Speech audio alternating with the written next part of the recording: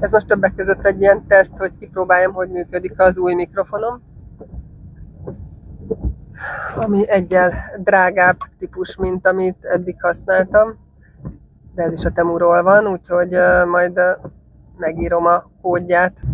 És egyébként vettem egy új selfie botot is, ami ez kinyitható, kihúzható,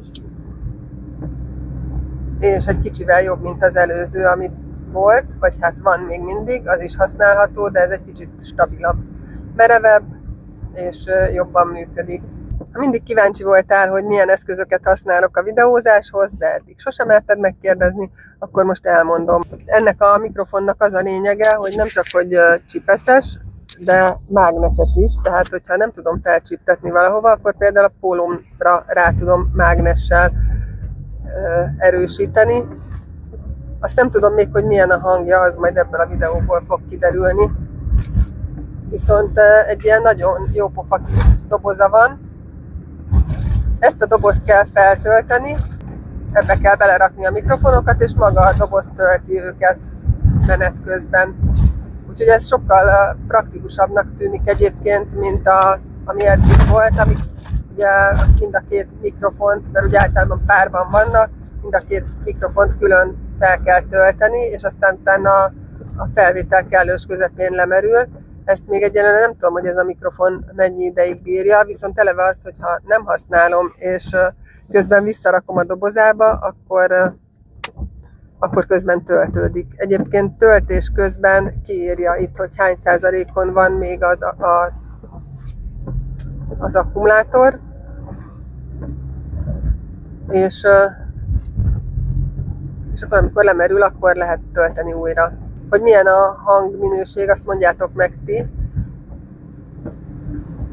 Remélem jobb, mint az előző. Illetve ezen kívül ugye a kamerának a saját telefonomat használom, ami egy Samsung S21 FE. Ez egy jobb minőségű Samsung, ennek elméletileg jó a kamerája, meg minden paramétere jobb, mint általában. 128 GB tárhely van rajta. Egyébként a tartalomgyártásnál a tárhely a szűk keresztmetszet. Főleg, hogyha nincsen időm a videókat megvágni, meg elkészíteni, feltölteni, letölteni, akkor elég szűkösen vagyok legtöbbször mostanában, hiszen folyamatosan gyűjtöm az anyagokat, folyamatosan kamerázok, és a videók azok sokkal nagyobb helyet foglalnak, mint csak úgy a fényképek. Ma reggel is azzal indultam el otthonról a sajtótájékoztatóra, hogy le kellett töltenem előtte a videókat a telefonról, hogy tudjak felvételeket készíteni a sajtótájékoztatón is. Egyébként ezt általában úgy oldom meg, hogy a telefonon is vágom az anyagokat. Próbálkoztam azzal, hogy letöltöttem programot a számítógépre, illetve pontosan azért, mivel a régi laptopom az nem nagyon bírta ezt a videózást, videóvágást, nem volt elég erős, emiatt tavaly januárban vettem egy új gépet, ami erősebb, és éppen az volt a célom, hogy tudjak rajta videókat vágni, de egyszerűen én nem tudom, hogy milyen processzor kellene egy számítógépbe. Az a számítógép, amire pénzem volt, és ami sokkal-sokkal jobb, mint az előző számítógépem, azon ugyanúgy 100 évig tart, mire egy videót elment, lement, letölt, feltölt. Tehát én úgy döntöttem, hogy én ezt nem csinálom, úgyhogy azóta is a telefonomon vágom a videókat.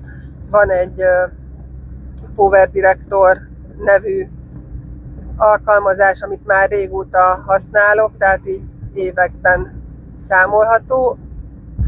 Tényleg, ha jól emlékszem, valamikor 2017-ben vagy mikor töltöttem le először, és akkor meg is vettem a teljes verzióját, de hát azóta persze nyilván ők is fejlődtek, fejlesztették a programot, és most már az, amire nekem az örökös előfizetésem szólt, az már egy csomó olyan funkciót, például egy csomó ilyen mesterséges intelligenciás kiegészítőt nem tartalmaz, úgyhogy most éppen egy 7 napos próbaverzión vagyok vele, mert szerettem volna a videómnak a hátterét eltávolítani, és ezt például már nem tartalmazza ez a program.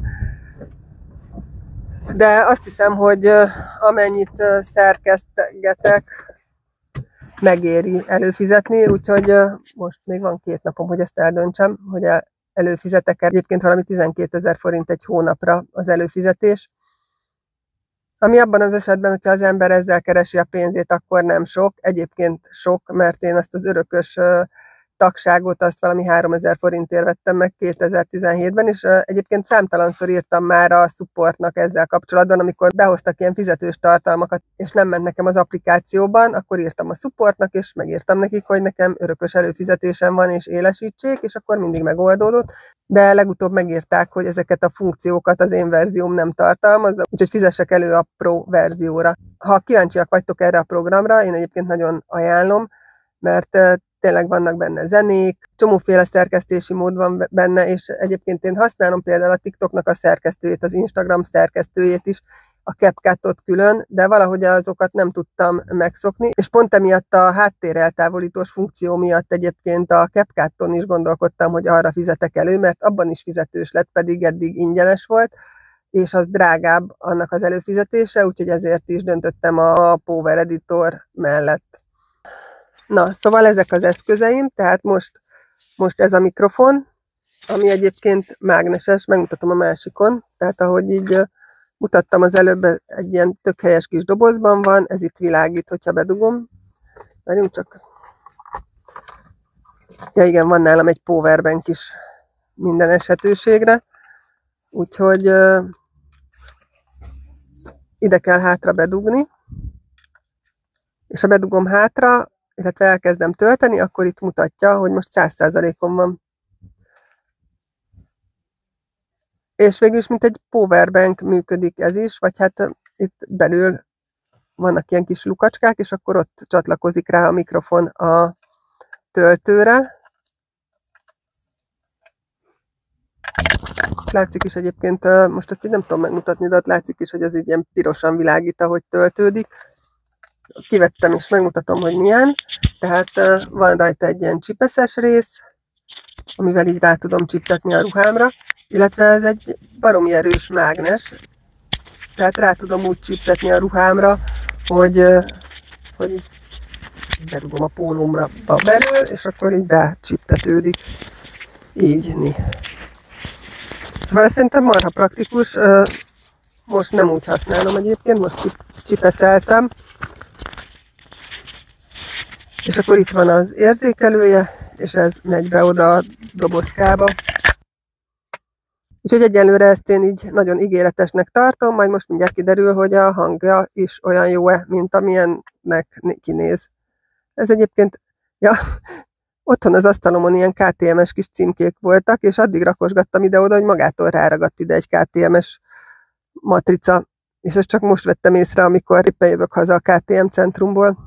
És amit még meg akartam mutatni, az pedig ez a selfie bot, ami ide kell belerakni a telefont, ez ugye ilyen rugós, el is lehet fordítani, tehát lehet vízszintesen és függőlegesen is használni, illetve hát itt van rajta a gomb, amivel el tudom indítani a kamerát, illetve a fényképezőgépet, és ki lehet húzni jó hosszúra. Hát itt a kocsiban itt nem annyira praktikus. És ki lehet nyitni a lábát, és így akkor ilyen tripodként, illetve hát ennek 4 lába van, úgyhogy ez nem tripod. Hát ez egy 4 lábú selfie bot. Úgyhogy ez az, amit még most használok.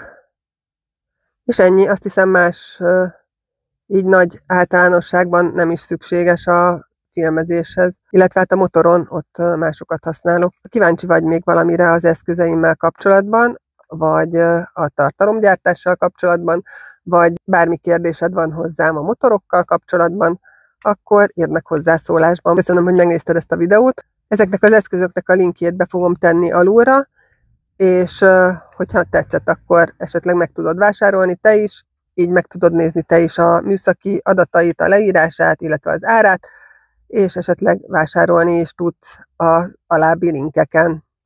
Köszönöm, hogy megnézted ezt a videót, remélem tetszett, remélem tudtam segíteni. Ha igen, akkor nyomj egy lájkot, és kövess be. És ha van olyan ismerősöd, akit érdekelhet, akkor azzal oszd meg, hogy egy kicsit jobban pörgessük az algoritmust. Köszönöm, hogy megnéztél. Szia!